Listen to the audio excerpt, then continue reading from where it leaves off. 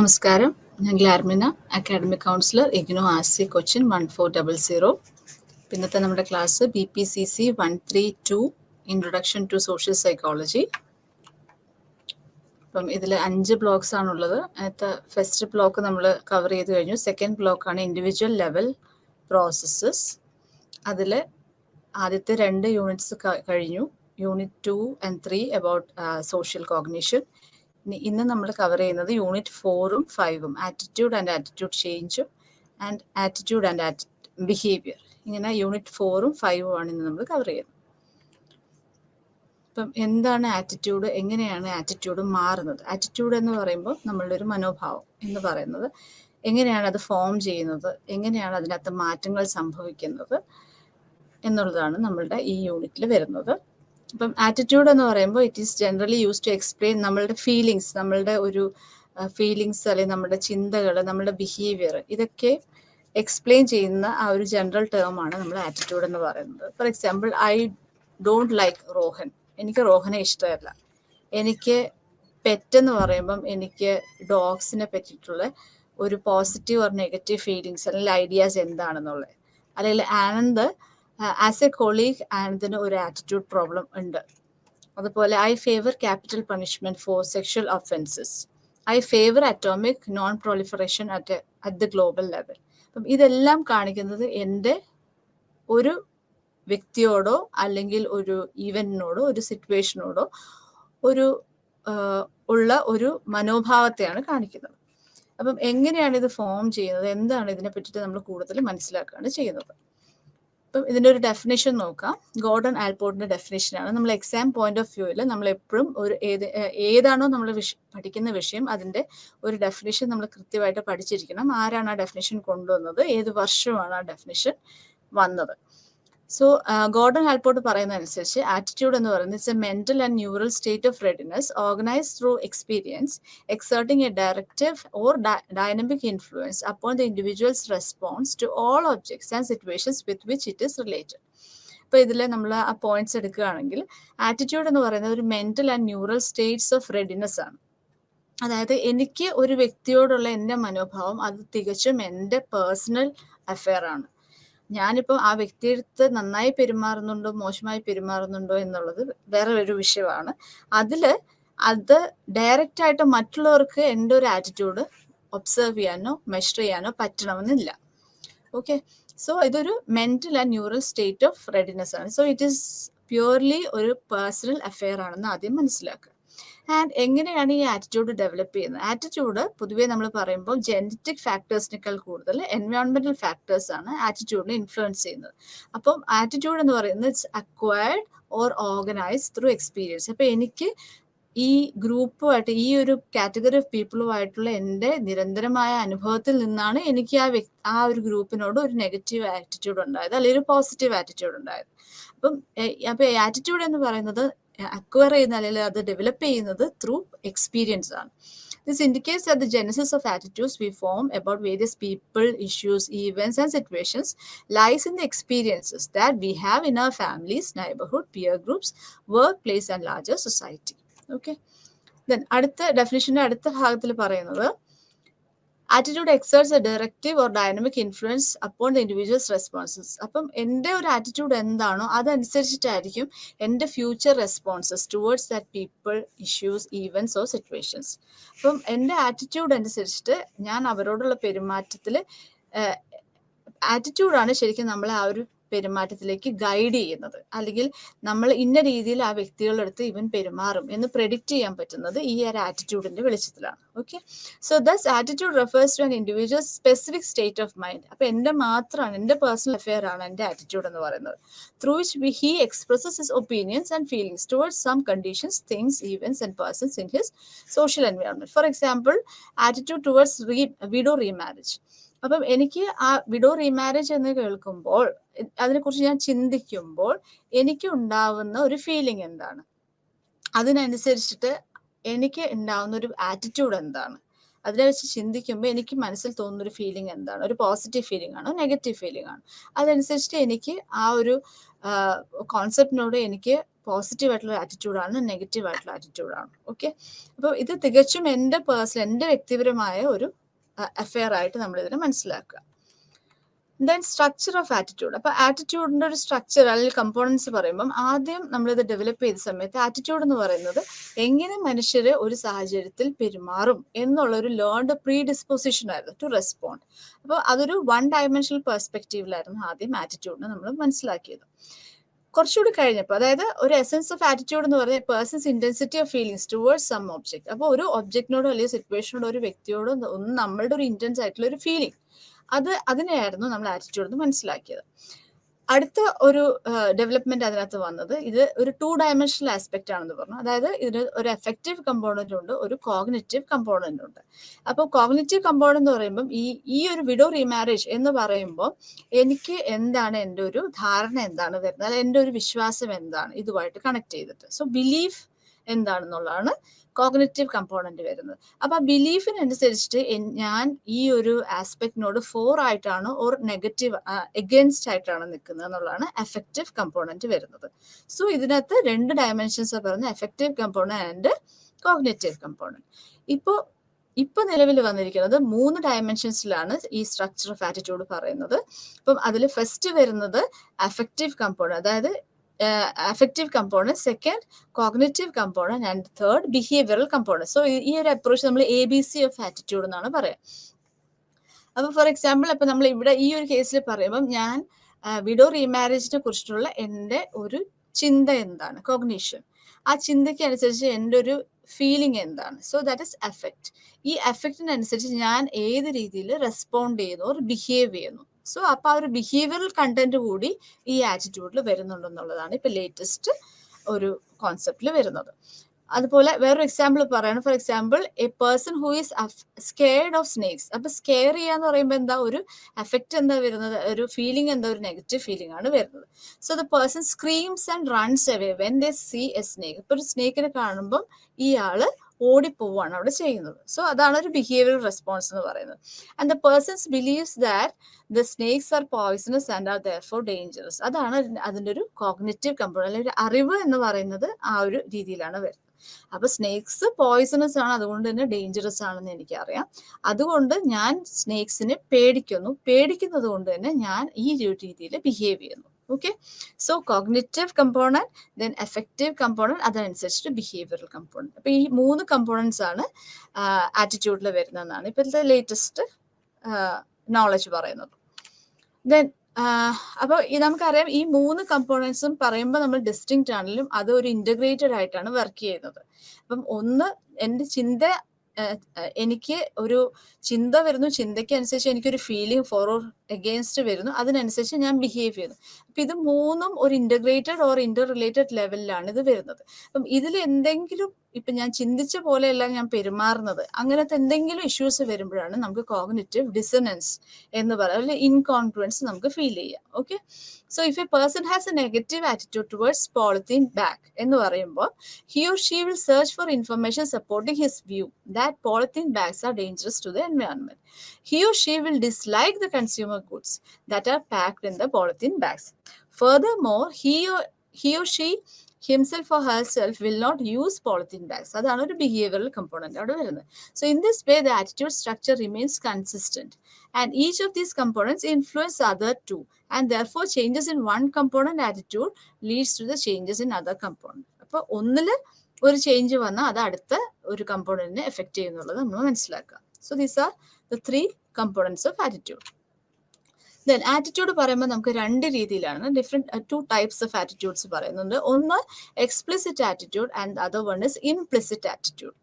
So എനിക്ക് ചെറുപ്പത്തിലെ എനിക്ക് ഒരു ജീവികളെ എനിക്ക് പേടിയാണ്, അല്ലെങ്കിൽ എന്നെ എപ്പോഴെങ്കിലും ഒരു ഇൻസെക്ട് ബൈറ്റ് ചെയ്തു, അതിൻ്റെ ഒരു ബാഡ് എക്സ്പീരിയൻസ് എനിക്കുണ്ട്. അത് കാരണം വലുതാവുമ്പോഴും ഇൻസെക്റ്റിനെ കാണുമ്പോഴും എനിക്ക് അതിനോട് ഇപ്പോഴും ഒരു താല്പര്യമില്ല. ഓക്കെ. സോ ദാറ്റ് ഈസ് എന്താണ്, അത് നമുക്ക് കറക്റ്റ് ആയിട്ട് നമുക്ക് അറിയാം. ആ ഒരു ഇൻവോളണ്ടറി ആയിട്ട് എനിക്ക് ആ ഒരു ബിഹേവിയർ വരികയാണ് ചെയ്യുന്നത്. Even if you claim that it is not so. അപ്പം എനിക്ക് അറിയില്ല എങ്കിൽ പോലും, അല്ലെങ്കിൽ ഞാൻ അങ്ങനെ ചിന്തിക്കുന്നില്ലെങ്കിൽ പോലും എനിക്ക് എന്തോ ഒരു നെഗറ്റീവ് ആറ്റിറ്റ്യൂഡ് അവിടെ ഇൻവോളണ്ടറി ആയിട്ട് വരികയാണ് അവസ്ഥ. സോ അതിനെയാണ് നമ്മൾ ഇംപ്ലിസിറ്റ് ആറ്റിറ്റ്യൂഡ് എന്ന് പറയുന്നത്. ആ സമയം എക്സ്പ്ലിസിറ്റ് ആറ്റിറ്റ്യൂഡ് എന്ന് പറയുമ്പം അത് കറക്റ്റായിട്ട് നമ്മുടെ ബിഹേവിയറിനെ ഇൻഫ്ലുവൻസ് ചെയ്യുന്നതാണ് നമ്മൾ മനസ്സിലാക്കുക. ഫോർ എക്സാമ്പിൾ, ഇപ്പം എനിക്ക് ഈ ഒരു ടൂത്ത് പേസ്റ്റ് ഇഷ്ടമല്ല, അതുകൊണ്ട് ഞാനത് വാങ്ങിക്കുന്നില്ല.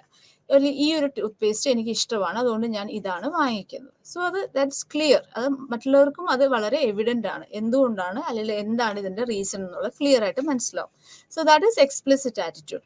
മറ്റേതെന്ന് പറയുമ്പോൾ ഇംപ്ലിസിറ്റ് ആറ്റിറ്റ്യൂഡ് എന്ന് പറയുമ്പോൾ ഇത് ഒരു ഫങ്ഷൻ ചെയ്യുന്ന അൺകോൺഷ്യസ് ലെവലിലാണ് ഇത് ഫങ്ഷൻ ചെയ്യുന്നത്.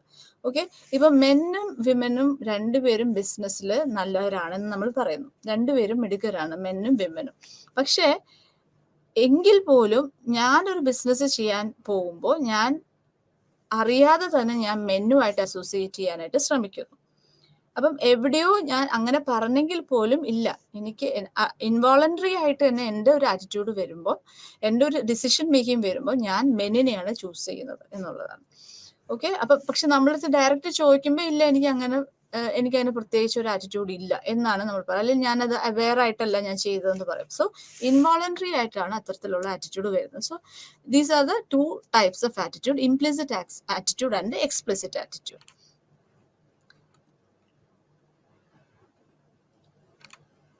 അടുത്തത് ഫങ്ഷൻസ് ഓഫ് ആറ്റിറ്റ്യൂഡ്. ആറ്റിറ്റ്യൂഡിന്റെ ഫങ്ഷൻസ് ആണ് പറയുന്നത്. ഇപ്പൊ നമുക്കറിയാം, ഒരു ആറ്റിറ്റ്യൂഡ് നമ്മൾ വെക്കുന്നത് അതിന് എന്തെങ്കിലും ഒരു അഡാപ്റ്റീവ് ഫങ്ഷൻ ഉണ്ടാകാനുള്ള ചാൻസ് ഉണ്ട്. അതുപോലെ അങ്ങനെ ഒരു ആറ്റിറ്റ്യൂഡ് വെക്കുന്നത് കൊണ്ട് എനിക്ക് എവിടെയെങ്കിലും ഒരു റിവാർഡോ അല്ലെങ്കിൽ ഒരു പണിഷ്മെന്റിൽ നിന്നോ ഒരു എസ്കേപ്പോ കിട്ടാനുള്ള ഒരു ചാൻസ് വരും. So it has got adaptive and instrumental functioning. So favourable attitude വെക്കുന്നതിനനുസരിച്ച് എനിക്ക് എന്തെങ്കിലും ഒരു മെച്ചം കാണാറുണ്ട്. അല്ല അൺഫേവറബിൾ ആറ്റിറ്റ്യൂഡ് ഞാൻ വെക്കാൻ കാരണം അത് അവിടെ ഫേവറബിൾനെസ് കാണിച്ചാൽ എനിക്കൊരു പണിഷ്മെന്റ് പോസിബിലിറ്റിയും കാണുന്നു. ഓക്കെ, സോ എൻ്റെ പേരൻസിന് ഇഷ്ടമില്ലാത്ത ഒരു ഗ്രൂപ്പിൻ്റെ അടുത്ത് ഞാൻ ഫേവറബിൾ ആയിട്ടുള്ള ആറ്റിറ്റ്യൂഡ് കാണിച്ചാൽ എനിക്ക് അവിടെ ഒരു പണിഷ്മെന്റ് സ്കോപ്പ് ഞാൻ മനസ്സിലാക്കി. സോ അപ്പം ഞാൻ അവരുടെ അടുത്ത് ഓട്ടോമാറ്റിക് ആയിട്ടൊരു അൺഫേവറബിൾ ആറ്റിറ്റ്യൂഡ് കാണിച്ചു. അൺഫേവറബിൾ ആറ്റിറ്റ്യൂഡ് കാണിച്ചപ്പം എനിക്ക് അവിടെ ഒരു റിവാർഡാണ് കിട്ടിയത്. Okay, so adaptive and instrumental function ആറ്റിറ്റ്യൂഡിനുണ്ടെന്ന് ഒരു ഫങ്ഷനായിട്ട് പറയുന്നു. Another example, a student learns to express positive attitude towards school discipline when he or she is rewarded for doing so and is punished for not behaving accordingly. അപ്പം അങ്ങനെയാണ് ഞാൻ slowly ആ ഒരു ഡിസിപ്ലിനിലേക്ക് വന്നത്. അപ്പം എനിക്കൊരു ന്യൂട്രൽ ആറ്റിറ്റ്യൂഡ് ആയിരുന്നു. പിന്നെ ഞാൻ മനസ്സിലാക്കി പോസിറ്റീവ് ആറ്റിറ്റ്യൂഡ് കാണിച്ചാൽ എനിക്ക് അവിടെ ഒരു റിവാർഡിന്റെ പോസിബിലിറ്റി ഉണ്ട് ഡിസിപ്ലിനോട്. അതുപോലെ ഞാൻ നെഗറ്റീവ് ആറ്റിറ്റ്യൂഡ് കാണിച്ചാൽ എനിക്ക് അവിടെ ഒരു പണിഷ്മെന്റിന്റെ പോസിബിലിറ്റി ഉണ്ടെന്ന് ഞാൻ മനസ്സിലാക്കി. Next knowledge function. അപ്പം ആറ്റിറ്റ്യൂഡ് ശരിക്കും നമുക്ക് ഒരു നോളജ് തരുന്നുണ്ട്. അപ്പം ജനറൽ ആയിട്ടുള്ള പല അവയർനെസ് നമുക്ക് കിട്ടുന്നു. അതനുസരിച്ച് ഞാൻ കാറ്റഗറൈസ് ചെയ്യുന്നു, ഇന്ന ഗ്രൂപ്പ് ഓഫ് ആളുകളുടെ അടുത്ത് ഞാൻ ഈ ഒരു രീതിയിൽ റിയാക്ട് ചെയ്യാം. അപ്പം ആ ഒരു നോളജ് ബേസ് എനിക്ക് എൻ്റെ കോംപ്ലക്സ് ആയിട്ടുള്ള ഒരു സോഷ്യൽ വേൾഡിനെ അണ്ടർസ്റ്റാൻഡ് ചെയ്യാനും എക്സ്പ്ലെയിൻ ചെയ്യാനും ഹെൽപ്പ് ചെയ്യുന്നുണ്ടെന്നുള്ളതാണ് രണ്ടാമത്തെ ഫംഗ്ഷൻ വരുന്നത്. Then, for example, our stereotypical beliefs and strong prejudices towards a particular racial group are examples of such functions of attitude. Then, അടുത്തത് സെൽഫ് എക്സ്പ്രസീവ് ഫംഗ്ഷൻ. അപ്പൊ ആറ്റിറ്റ്യൂഡിലൂടെ we are trying to express our self. അതായത് ഞാൻ എന്നെ പറ്റിയിട്ട് തന്നെ എൻ്റെ ആറ്റിറ്റ്യൂഡിലൂടെ എന്നെ തന്നെ മനസ്സിലാക്കാനും മറ്റുള്ളവർക്ക് എന്നെ മനസ്സിലാക്കാനും എൻ്റെ ഒരു സെൽഫ് ഇമേജിനെ റീഇൻഫോഴ്സ് ചെയ്യാനൊക്കെ എനിക്ക് ശ്രമിക്കാം. So attitudes are means to define, maintain and enhance a self worth. അപ്പം ഒരു പെർട്ടിക്കുലർ ഗ്രൂപ്പിലാണ് ഞാൻ നിൽക്കുമ്പോൾ, അല്ലെങ്കിൽ അവരുമായിട്ടൊരു ഫേവറബിൾ ആയിട്ട് ഞാൻ നിൽക്കുമ്പോൾ എനിക്ക് അതുകൊണ്ട് എൻ്റെ ഒരു സെൽഫ് കോൺസെപ്റ്റ് അല്ലെങ്കിൽ എൻ്റെ ഒരു സെൽഫ് ഇമേജും അവിടെ റീഇൻഫോഴ്സ്ഡ് ആവുന്നത് ഞാൻ മനസ്സിലാക്കുന്നു. So it's a self expressive function. അടുത്തത് it's a ego defensive function എന്നാണ് പറയുന്നത്. സോ ഞാൻ പലപ്പോഴും ആറ്റിറ്റ്യൂഡ് ഹോൾഡ് ചെയ്യുന്നത് എൻ്റെ തന്നെ സെൽഫ് എസ്റ്റീമിനെ പ്രൊട്ടക്ട് ചെയ്യാനാണ്, അല്ലെങ്കിൽ ഞാൻ ഗിൽറ്റി ആവാതിരിക്കാൻ വേണ്ടിയിട്ടാണ് ഞാൻ ആ ഒരു ആറ്റിറ്റ്യൂഡ് എടുത്തതെന്നാണ് പറയാം. For example, a player may protect his ego being hurt by his defeat in an inter school badminton match by developing negative attitude towards match referee. അപ്പൊ ആ റെഫറി കാരനാണ് എന്ന് പറഞ്ഞ് ഞാൻ എൻ്റെ സെൽഫ് ഇമേജിനെ പ്രൊട്ടക്ട് ചെയ്യണം. അപ്പൊ ആ റെഫറി എടുത്ത് എനിക്കൊരു നെഗറ്റീവ് ആറ്റിറ്റ്യൂഡും ഫോം ചെയ്യണം. അപ്പം എൻ്റെ ഈഗോനെ ഹേർട്ട് ചെയ്തപ്പോൾ ഞാൻ ഈഗോനെ തന്നെ ഡിഫെൻഡ് ചെയ്യുന്നത് ഈ ഒരു രീതിയിൽ ഒരു നെഗറ്റീവ് ആറ്റിറ്റ്യൂഡ് ഡെവലപ്പ് ചെയ്തിട്ടാണ്. So these are the 4 functions of attitude: adaptive and instrumental function, knowledge function, self-expressive function, ego defensive function. Okay, so these are the 4 functions of attitude. ഇനി എങ്ങനെയാണ് ഈ പറഞ്ഞ മനോഭാവം അല്ലെങ്കിൽ ഈ ഒരു ആറ്റിറ്റ്യൂഡ് എങ്ങനെയാണ് ഡെവലപ്പ് ചെയ്യുന്നത്, ഓർ എങ്ങനെയാണ് അത് ഫോം ചെയ്യുന്നത്? ഒന്ന്, മിയർ എക്സ്പോഷർ. അപ്പൊ ഫോർ എക്സാമ്പിൾ, ഇപ്പൊ ഞാൻ ചെറുപ്പത്തിലെ ഒരുപാട് കാലം അല്ലെങ്കിൽ തുടർച്ചയായിട്ട് ഞാൻ കേട്ട ഒരു പാട്ട്, ആ പാട്ട് പിന്നീട് ആലോചിക്കുമ്പോൾ എനിക്ക് അവിടെ ഒരു പോസിറ്റീവ് ആറ്റിറ്റ്യൂഡ് വരാനുള്ള പോസിബിലിറ്റിയാണ് കൂടുതൽ ദാൻ ചെറുപ്പത്തിൽ ഞാൻ ഒരു പ്രാവശ്യവും അല്ലെ ഒന്നോ രണ്ടോ പ്രാവശ്യം വളരെ റെയർലി ആയിട്ട് ഞാൻ കേട്ടൊരു പാട്ട്. സോ അപ്പം എക്സ്പോഷർ കൂടുന്നതിനനുസരിച്ചിട്ട് എനിക്ക് ഒരു പോസിറ്റീവ് ആറ്റിറ്റ്യൂഡ് ഡെവലപ്പ് ചെയ്യാനുള്ള ചാൻസസ് കൂടുതലായിരിക്കും. പക്ഷേ എന്നാലും ആ എക്സ്പോഷറിനും ഒരു ലിമിറ്റ് ഉണ്ട്. റിപ്പീറ്റഡ് ആയിട്ട് ഒത്തിരി എക്സ്പോഷർ വന്നു കഴിയുമ്പോൾ അവിടെ നെഗറ്റീവ് ആവാനുള്ള പോസിബിലിറ്റിയും വരുന്നുണ്ട്. So that is mere exposure. So Sajong proposed that being merely exposed to an object, including foods, photographs, words, advertising slogans, etc., may increase positive feelings towards that object. Familiar faces, ideas, slogans, ഇതിനോടൊക്കെ നമുക്കൊരു favourable ആറ്റിറ്റ്യൂഡാണ് വരിക. അതുപോലെ അത് അവർ ശരിക്കും പറയുന്ന ഒരു comfortable ആയിട്ടുള്ള ഒരു old front എന്നുള്ള രീതിയിലാണ് നമ്മൾ കാണുക. Then however, studies have shown that the mere exposure effect is most powerful when it occurs randomly. അപ്പം എപ്പോഴും ഇങ്ങനെ വരാതെ റാൻഡം ആയിട്ട് എപ്പോഴെങ്കിലൊക്കെ ഇങ്ങനെ കേൾക്കുന്ന ആളുകളെ അല്ലെങ്കിൽ കാണുന്ന ആളുകളെ അല്ലെങ്കിൽ അവരുമായിട്ട് ഒരു എപ്പോഴും കഴിക്കുന്ന ഭക്ഷണങ്ങൾ, ഇതിനോടൊക്കെ നമുക്കൊരു പോസിറ്റീവ് ആറ്റിറ്റ്യൂഡ് ഡെവലപ്പ് ചെയ്യുന്നതാണ് പറയുന്നത്. So that is mere exposure. Then personal experience. അപ്പം എനിക്ക് ഒരു attitude, whether it is negative or positive, ഏതാണെങ്കിലും അതിനോടൊരു ഒരു ആറ്റിറ്റ്യൂഡ് തോന്നണമെങ്കിൽ അത് എൻ്റെ ഒരു പേഴ്സണൽ എക്സ്പീരിയൻസിൽ നിന്ന് ഡെവലപ്പ് ചെയ്താവാനുള്ള പോസിബിലിറ്റി ഉണ്ട്. ഓക്കെ, ഫോർ എക്സാമ്പിൾ അറ്റോമിക് ബോംബിങ്ങുമായിട്ട് നമുക്കൊരു ഡയറക്റ്റ് എക്സ്പീരിയൻസ് വന്നിട്ടുണ്ടെങ്കിൽ എനിക്ക് വെപ്പൺസിനോട് ഒരു സ്ട്രോങ് ആയിട്ടുള്ള നെഗറ്റീവ് ആറ്റിറ്റ്യൂഡ് ഉണ്ടാവും. ദാൻ ഇപ്പം ഞാനൊരു മിലിറ്റൻ്റ് ആയിട്ടുള്ള ഒരു പേഴ്സൺ ആണെങ്കിൽ എനിക്ക് ഡയറക്റ്റ് ആയിട്ടുള്ള എക്സ്പീരിയൻസിന്റെ പോസിബിലിറ്റി അവിടെ വരുംതോറും എനിക്ക് ആ ഒരു strong negative attitude towards weapon വരും. ദാൻ ഞാനിപ്പോൾ ഒരു ന്യൂട്രലായിട്ട് അല്ലെങ്കിൽ ഞാനിപ്പം അത്തരത്തിലുള്ളൊരു ജോലിയല്ല ഞാൻ ചെയ്യുന്നത്, അല്ല അവർ അങ്ങനെ ഒരു കോണ്ടാക്റ്റിലും അല്ല എങ്കിൽ എനിക്ക് തോന്നുന്നത് മേ ബി ഒരു ന്യൂട്രൽ ആറ്റിറ്റ്യൂഡ് ആയിരിക്കാം. ദെൻ അടുത്തത് ക്ലാസിക്കൽ കണ്ടീഷനിങ്. ക്ലാസിക്കൽ കണ്ടീഷൻ എന്ന് പറയുമ്പോൾ നമ്മളറിയാം ഇവാൻ പാവ്ലോവിന്റെ ലേണിംഗ് പ്രിൻസിപ്പിൾസിൽ വരുന്നതാണ് ക്ലാസിക്കൽ കണ്ടീഷനിങ്. അപ്പോൾ ഇതിൽ പറയുന്നത് ന്യൂട്രൽ ആയിട്ടുള്ള സ്റ്റിമുലസ് ഒരു നാച്ചുറൽ ആയിട്ടുള്ള സ്റ്റിമുലസുമായിട്ട് പെയർ ചെയ്ത് കഴിയുമ്പം ന്യൂട്രൽ ആയിട്ടുള്ള സ്റ്റിമുലസിന് ഒരു നാച്ചുറൽ സ്റ്റിമുലസിന്റെ അതേ ഒരു എഫക്റ്റ് വരും എന്നാണ് പറയുന്നത്.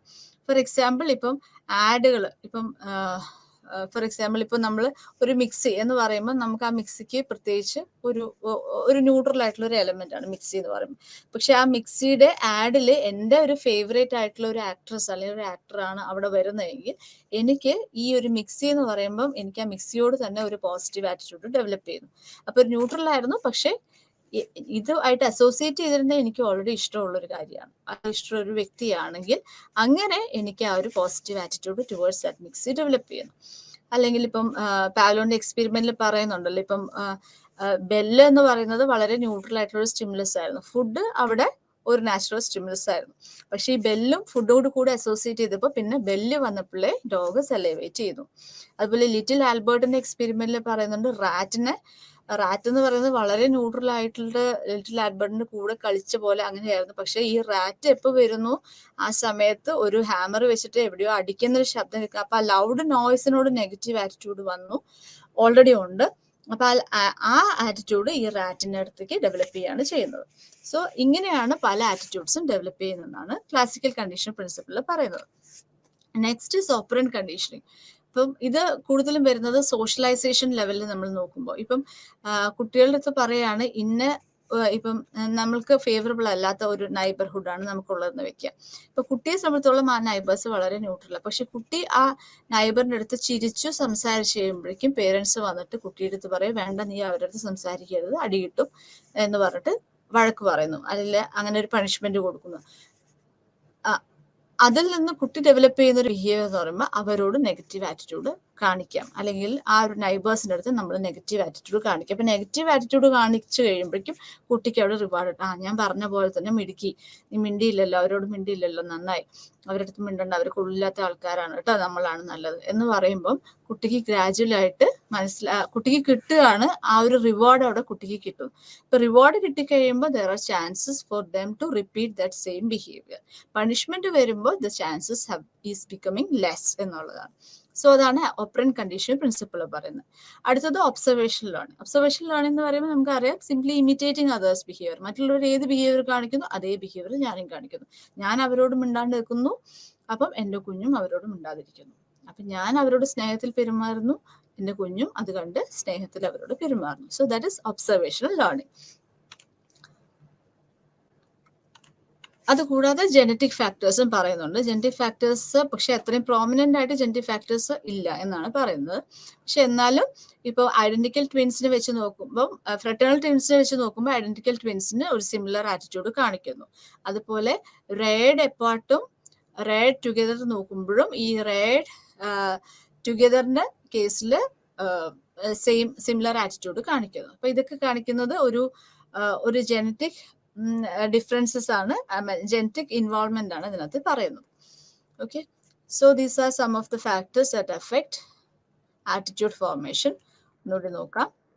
Mere exposure, personal experience, classical conditioning, operant conditioning, observational learning and finally genetic factors.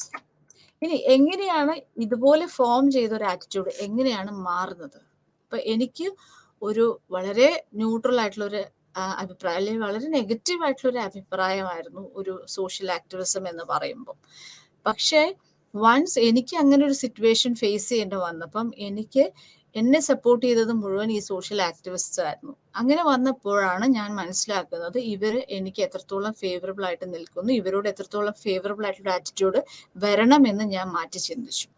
So എങ്ങനെയാണ് ആറ്റിറ്റ്യൂഡ് ഡെവലപ്പ് ചെയ്തത്, അതുപോലെ തന്നെ നമുക്ക് ആറ്റിറ്റ്യൂഡ് മാറ്റാനും സാധ്യതയുണ്ടെന്നാണ് പറയുന്നത്.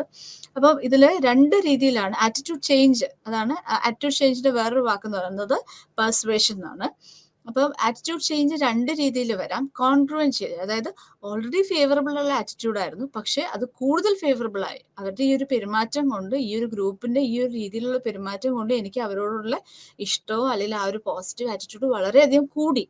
So that is congruent change. Incongruent change എന്ന് പറയുമ്പോൾ അൺഫേവറബിൾ ആയിരുന്നു പക്ഷെ ഫേവറബിൾ ആയി, ഓർ ഫേവറബിൾ ആയിരുന്നു അത് അൺഫേവറബിൾ ആയി. അതാണ് incongruent change. So there are two types of attitude change, congruent change and incongruent change.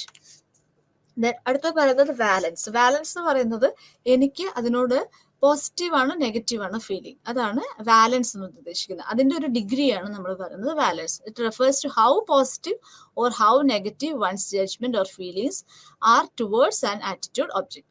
For example, there are people who support laws that ban guns and there are people who oppose laws that ban guns. രണ്ട് രീതിയിലും ആൾക്കാരുണ്ട്. ചിലർ guns ban ചെയ്യുന്നത് support ചെയ്യുന്നു, ചിലർ guns ban ചെയ്യുന്നതിന് oppose ചെയ്യുന്നു. അപ്പോൾ those who support the ban on guns have a positive attitude towards the subject, അല്ലെങ്കിൽ ആ ഗൺസിനോട്. whereas those who oppose the ban on guns have a negative attitude towards the subject. So another example of valence is a college student who enjoys watching and playing basketball and football. ഇപ്പോൾ ബാസ്കറ്റ്ബോളും ഫുട്ബോളും enjoy ചെയ്തിട്ടാണ് കാണുന്നത്, അല്ലെങ്കിൽ watch ചെയ്യുന്നുണ്ട് കുട്ടി, ആ college student. And the college student has A positive attitude. അപ്പോൾ നമുക്ക് മനസ്സിലാവും എപ്പോഴും അത് എൻജോയ് ചെയ്യുന്നു, അത് കാണാനും അത് കളിക്കാനൊക്കെ എൻജോയ് ചെയ്യുന്ന കാണുമ്പോൾ നമുക്ക് മനസ്സിലാവും that child or that person, that college student, he or she is having a positive attitude or positive valence towards both basketball and football. Although the college students enjoys most sports, they dislike baseball. അപ്പം ഈ കുട്ടി പല സ്പോർട്സിനോടും താല്പര്യം ഉണ്ടെങ്കിലും ബേസ്ബോളിനോട് ഇഷ്ടമല്ല. അങ്ങനെ വരുമ്പോൾ എന്താ, ബേസ്ബോളിനോട് ഒരു നെഗറ്റീവ് വാലൻസും ബാസ്കറ്റ്ബോൾ അതുപോലെ ഫുട്ബോളിനോട് ഒരു പോസിറ്റീവ് വാലൻസുമാണ് വരുന്നത്. സോ ഇതാണ് വാലൻസ് കൊണ്ട് ഉദ്ദേശിക്കുന്നത്. ഓക്കെ, ദെൻ അടുത്തത് തിയറീസ് ബിഹൈൻഡ് ആറ്റിറ്റ്യൂഡ് ചേഞ്ച്. ഏതൊരു സാഹചര്യത്തിലാണ് നമ്മൾക്ക് ഈ ആറ്റിറ്റ്യൂഡ് ചേഞ്ച് ഉണ്ടാവുന്നത് എന്നുള്ളതാണ്. അപ്പോൾ ഇതിൽ 3 തിയറീസ് ആണ് പറയുന്നത്. First is balance theory, second is cognitive dissonance theory and the third is persuasion. അപ്പം ഇതിൽ ഫസ്റ്റ് ബാലൻസ് തിയറിയിൽ പറയുന്നതനുസരിച്ച് നമ്മുടെ ഈ പിക്ചറിൽ നോക്കിയാൽ അറിയാം POX.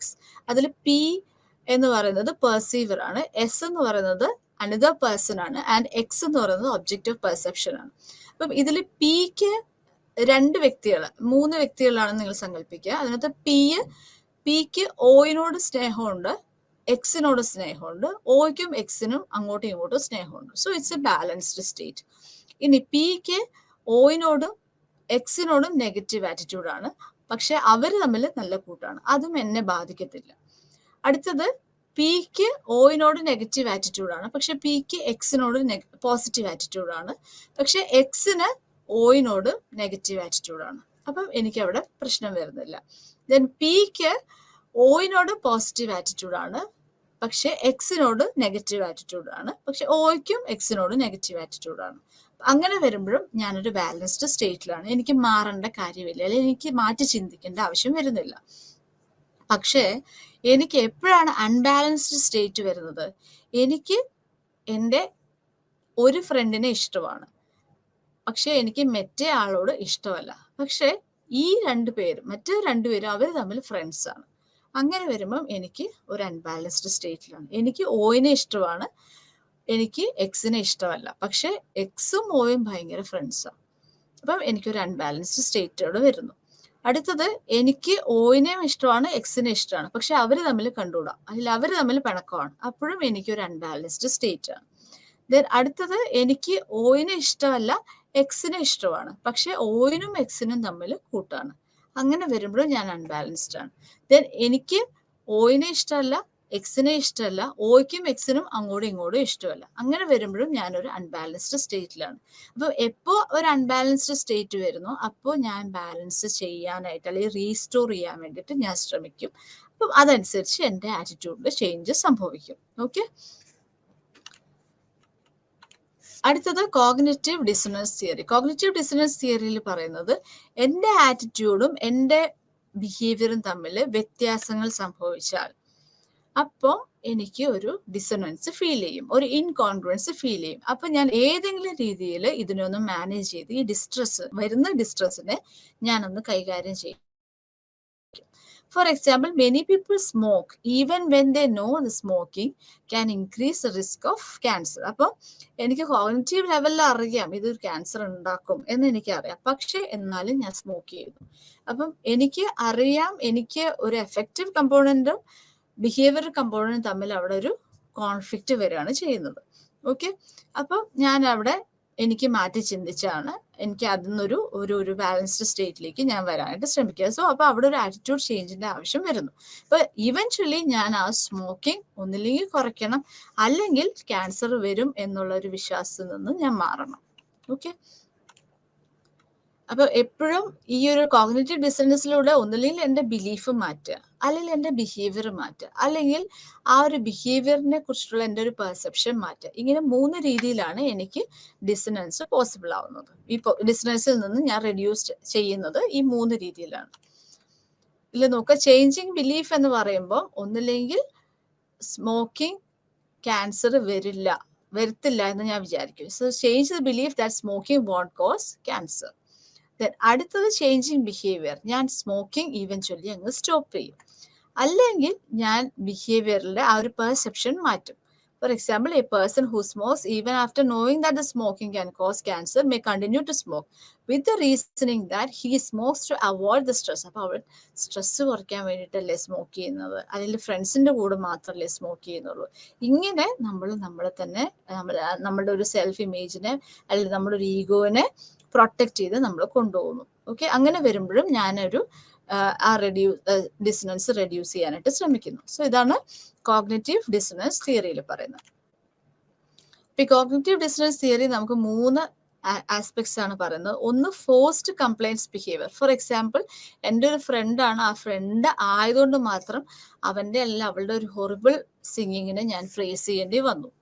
അപ്പം ഞാൻ ഫോഴ്സ്ഫുള്ളി ഞാൻ അങ്ങനെ ഒരു ബിഹേവിയർ ചെയ്യുകയാണ്. അത് എൻ്റെ ഒരു എൻ്റെ ഒരു ബിലീഫിന് എതിരായിട്ടാണ് നിൽക്കുന്നത്. മനസ്സിലായോ? അപ്പോൾ അതാണ് ഫോഴ്സ്ഡ് കംപ്ലയൻസ് ബിഹേവിയർ വരുന്നത്. അടുത്തത് decision making and cognitive dissonance. So when we encounter. Four example, ഇപ്പം കല്യാണം കഴിക്കണോ അതോ എൻ്റെ കരിയറിലേക്ക് ഞാൻ ശ്രദ്ധിക്കണം. അപ്പം ഇങ്ങനെ വരുമ്പം എനിക്കൊരു ഒരു ഡയലമാറ്റിക് സിറ്റുവേഷനിലാണ് ഞാനപ്പം നിൽക്കുന്നത്. അപ്പോൾ ഒരു ഡിസിഷൻ എടുക്കാനായിട്ട് എനിക്ക് ബുദ്ധിമുട്ട്. അപ്പോൾ ഡിസിഷൻ എടുക്കേണ്ട സമയത്ത് അപ്പം ഞാൻ എന്ത് ചെയ്യും? ഞാൻ അതിൻ്റെ പ്രോസും കോൺസും എല്ലാം നോക്കും. രണ്ട് രീതിയിൽ ഞാൻ നോക്കും. അഡ്വാൻറ്റേജസ് നോക്കും, ഡിസഡ്വാൻറ്റേജസ് നോക്കും, രണ്ട് സൈഡിൽ. അപ്പോൾ എന്തായാലും പക്ഷെ ഒന്ന് വേണ്ടാന്ന് വെക്കുമ്പോൾ അതിൻ്റെ ഒരു അഡ്വാൻറ്റേജ്, അത് വേണ്ടെന്ന് വെക്കുമ്പോൾ അതിൻ്റെ അതുകൊണ്ടുണ്ടാവുന്ന ഒരു ഡിസഡ്വാൻറ്റേജ് എനിക്ക് എപ്പോഴും ഒരു ഡിസനൻസ് ക്രിയേറ്റ് ചെയ്യും എന്നുള്ളതാണ് മനസ്സിലാക്കേണ്ടത്. അപ്പോൾ ആ ഡിസിഷൻ മേക്കിങ്ങിലൂടെ കോഗ്നിറ്റീവ് ഡിസനൻസ് വരാം. ഇല്ല എങ്കിൽ ഈ പറഞ്ഞ പോലെ ഫോഴ്സ്ഡ് കംപ്ലൈൻസ്. എൻ്റെ ഒരു ബിലീഫ്, എനിക്കറിയാം അവളൊരു നല്ല പാട്ടുകാരി അല്ല, അവളുടെ പാട്ട് ഭയങ്കര മോശമാണെന്ന് എനിക്കറിയാം, പക്ഷേ ഞാൻ എൻ്റെ ഫ്രണ്ടായി പോയത് കൊണ്ട് ഞാൻ അവളെ അല്ലെങ്കിൽ അവനെ പ്രൈസ് ചെയ്യുകയാണ് ചെയ്യുന്നത്. സോ അങ്ങനെയും നമുക്ക് അപ്പോഴും നമുക്ക് ഒരു കോഗ്നിറ്റീവ് ഡിസനൻസ് അവിടെ വരുന്നു. ദെൻ അടുത്തത് എഫേർട്ട് ജസ്റ്റിഫിക്കേഷൻ. ഫോർ എക്സാമ്പിൾ, ഇപ്പം ഞാൻ ഒത്തിരി ഗ്രേറ്റ് എഫേർട്ട് ഇട്ട് കഴിഞ്ഞിട്ട് ഞാൻ ഒരു ഗോള് അറ്റൈൻ ചെയ്യുമ്പോൾ ഞാൻ അതിന് കൂടുതൽ വാല്യൂ കൊടുക്കുന്ന ഒരു സ്റ്റേജ് വരുന്നു. അപ്പം ഉള്ളതിനേക്കാൾ കൂടുതൽ വാല്യൂ ഞാൻ അവിടെ ഇട്ട് കൊടുക്കുമ്പം അങ്ങനെയാണ് ഞാൻ ആ ഒരു ഡിസനൻസിലേക്ക് വരുന്നത്. സോ അതാണ് ഇപ്പൊ സെക്കൻഡ് തിയറി പറയുന്നത്. അപ്പൊ സോ ഫസ്റ്റ് തിയറി എന്ന് പറയുന്നത് balance theory, second theory cognitive dissonance theory, and third one is persuasion theory. അപ്പൊ പെർസുവേഷൻ എന്ന് പറയുന്നത് it refers to changing attitude by such external communication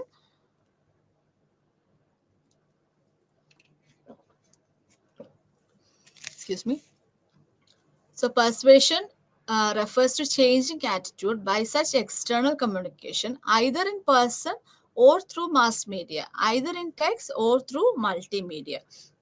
അപ്പോൾ മാസ് മീഡിയയിലൂടെയോ അല്ലെങ്കിൽ ഇൻ പേഴ്സൺ ആയിട്ട് വന്ന് അവർ സംസാരിച്ചതിലൂടെയോ അല്ലെങ്കിൽ എനിക്കൊരു മെസ്സേജിലൂടെയോ അല്ലെങ്കിൽ മൾട്ടിമീഡിയയിലൂടെയോ എനിക്ക് കിട്ടുന്ന ഒരു കമ്മ്യൂണിക്കേഷൻ, ആ ഒരു കമ്മ്യൂണിക്കേഷൻ്റെ ബേസിൽ അല്ല ആ ഒരു ഇൻഫർമേഷൻ്റെ ബേസിൽ എൻ്റെ ആറ്റിറ്റ്യൂഡ് മാറുന്നു എങ്കിൽ നമ്മളത് പെർസ്വേഡഡ് ആയിട്ടുള്ളൊരു എഫക്റ്റ് ആണ് നമ്മൾ തന്നെ പറയുക. അപ്പൊ പെർസ്വേസീവ് മെസ്സേജ് എന്ന് പറയുമ്പോൾ അത് രണ്ട് രീതിയിലാണ് പ്രവർത്തിക്കുക. അപ്പൊ അതിനകത്ത് ഫസ്റ്റ് എന്ന് പറയുന്നത് സെൻട്രൽ റൂട്ടാണ്, രണ്ടാമത്തെന്ന് പറയുന്നത് പെരിഫറൽ റൂട്ടാണ്. അപ്പൊ സെൻട്രൽ റൂട്ട് എന്ന് പറയുമ്പോൾ അവിടെ എപ്പോഴും ഈ വരുന്ന കമന്റ് അല്ലെങ്കിൽ വരുന്ന കമ്മ്യൂണിക്കേഷന്റെ ഒരു സ്ട്രെങ്ത് എത്രത്തോളം ഉണ്ട്, അതിൻ്റെ ഒരു ക്വാളിറ്റി എത്രത്തോളം ഉണ്ട് എന്ന് ഞാൻ ചിന്തിച്ചിട്ടാണ് ഞാൻ ആറ്റിറ്റ്യൂഡ് ചേഞ്ച് ചെയ്യണമെന്ന് വിചാരിക്കുന്നത്. ഓക്കെ, സോ അതൊരു സെൻട്രൽ റൂട്ട് വഴി. അപ്പൊ ഞാൻ വളരെ കൃത്യമായിട്ട് അവർ പറയുന്ന ഓരോ ആർഗ്യുമെന്റ്സും കേട്ട് മനസ്സിലാക്കി അതിൻ്റെ പ്രോസും കോൺസും എല്ലാം ചെക്ക് ചെയ്തതിന് ശേഷമാണ് ഞാൻ ഇങ്ങനെ ഒരു മാറ്റം ചെയ്തത്. അല്ലെങ്കിൽ ഇപ്പോൾ ഒരു പൊളിറ്റിക്കൽ പാർട്ടിയിൽ നിന്ന് വേറൊരു പൊളിറ്റിക്കൽ പാർട്ടിയിലേക്ക് ഞാൻ സ്വിച്ച് ചെയ്യാൻ കാരണം ഇപ്പോൾ നിലവിലുള്ള ഈ ഒരു പാർട്ടിയിൽ ഉണ്ടായിട്ടുള്ള ഇഷ്യൂസ് ഞാൻ മനസ്സിലാക്കി ഞാൻ മാറാൻ ഉദ്ദേശിക്കുന്ന ആ ഒരു പാർട്ടിയിൽ ചെല്ലുമ്പോൾ എനിക്കുണ്ടാവുന്ന ബെനിഫിറ്റും കാര്യങ്ങളും ഇതെല്ലാം ഞാൻ ചിന്തിച്ചു. അങ്ങനെയാണ് ഞാൻ ഫൈനലി ആ ഒരു ലെവലിലേക്ക് മാറിയത്, അല്ലെ എൻ്റെ ഒരു ആറ്റിറ്റ്യൂഡ് ഞാൻ മാറ്റാനുള്ള കാരണം. Okay, so attitude is important. Persuasive message എന്ന് പറയുമ്പോൾ രണ്ട് രീതിയിലാണ്. അപ്പോൾ ആറ്റിറ്റ്യൂഡ് ഒരു ഇമ്പോർട്ടൻ്റ് ആയിട്ടുള്ള ഒരു ഫാക്ടർ ആണോ എങ്കിൽ നമ്മൾ എപ്പോഴും ഒരു സെൻട്രൽ റൂട്ടായിരിക്കും എടുക്കുക. ഇതൊരു കോൺസെപ്റ്റ് ആണ്, ഇത് ആ രീതിയിൽ ഇതിന് മനസ്സിലാക്കുക. So attitude is important and predicts the behaviour. High processing capacity ആണ് വരിക. അപ്പോൾ സെൻട്രൽ റൂട്ടിലേക്കാണ് ഇത് പോവുക. സിസ്റ്റമാറ്റിക് ആയിട്ട് നമ്മൾ പ്രോസസ്സ് ചെയ്യുന്നു. എന്നിട്ട് ആറ്റിറ്റ്യൂഡ് ചേഞ്ച് ചെയ്യുന്നത് it depends on the strength and quality of a persuasive argument. Then അടുത്തതെന്ന് പറയുമ്പം ആറ്റിറ്റ്യൂഡ് അൺഇമ്പോർട്ടൻ്റ് ആണ് and it is not predicting the behaviour. അങ്ങനെ വരുമ്പോൾ അവിടെ വലിയ സിഗ്നിഫിക്കൻസ് ഒന്നും കൊടുക്കേണ്ട കാര്യമില്ല. അവരുടെ ഒരു ഫിസിക്കൽ അപ്പിയറൻസോ ഒരു അട്രാക്റ്റീവ്നെസ്സോ ഒരു വോയിസോ അങ്ങനെ എന്തെങ്കിലുമൊക്കെ നമ്മൾ നോക്കിയാൽ മതി. സോ അങ്ങനെ വരുമ്പോൾ ഇറ്റ്സ് എ പെരിഫറൽ റൂട്ടാണ് അവിടെ വരിക. അപ്പോൾ ഹ്യൂറിസ്റ്റിക് പ്രോസസ്സിംഗ് ആണ് വരിക. And this attitude change depends on the physical attractiveness, similarity to the audience and credibility of the persuasive source. Okay, അപ്പോൾ ഈ ഒരു രീതിയിലാണ് വരുന്നത്. അപ്പോൾ നമുക്കിതിൽ തന്നെ മനസ്സിലാക്കാം സെൻട്രൽ റൂട്ട് വഴി വന്ന ഒരു ആറ്റിറ്റ്യൂഡ് ചേഞ്ച് ആണെങ്കിൽ അത് കുറച്ചും കൂടി സ്ട്രോങ് ആയിട്ട് വരാനുള്ള പോസിബിലിറ്റി വരുന്നു. പെരിഫറൽ റൂട്ടാണെങ്കിൽ പിന്നെ ഇപ്പം ഈ വന്നു ചേഞ്ച് പെട്ടെന്ന് തന്നെ വരാം, ആ ചേഞ്ച് വീണ്ടും പെട്ടെന്ന് തന്നെ മാറാനും ചാൻസസ് വരുന്നുണ്ട്. ഓക്കെ, സോ ഇതിന് ഈ ഒരു പ്രോസസ്സ് പറയുന്നത് ഡ്യുവൽ പ്രോസസ് മോഡൽസ് ഓഫ് പെർസ്വേഷൻ എന്ന് പറയുന്നത്. അപ്പോൾ അതിന് രണ്ട് മോഡലാണ് വരുന്നത്. ഒന്ന് elaboration likelihood model. So പെർസ്വേഷൻ communication takes A central or systematic route.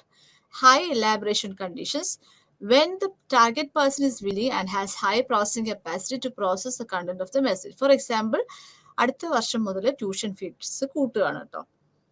അപ്പൊ നിങ്ങൾ ആലോചിക്കൂ, ഇനി അടുത്ത വർഷം മുതൽ ട്യൂഷൻ വേണമെന്ന് ആലോചിക്കൂ. അപ്പൊ അടുത്ത വർഷം ട്യൂഷൻ ഫീസ് കൂട്ടുമ്പോൾ അതിനനുസരിച്ച് കണ്ടന്റ് കൂട്ടും, പറഞ്ഞു തരുന്ന കാര്യങ്ങൾ കൂട്ടും, ട്യൂഷന്റെ സമയവും കൂട്ടും എന്ന് പറഞ്ഞു.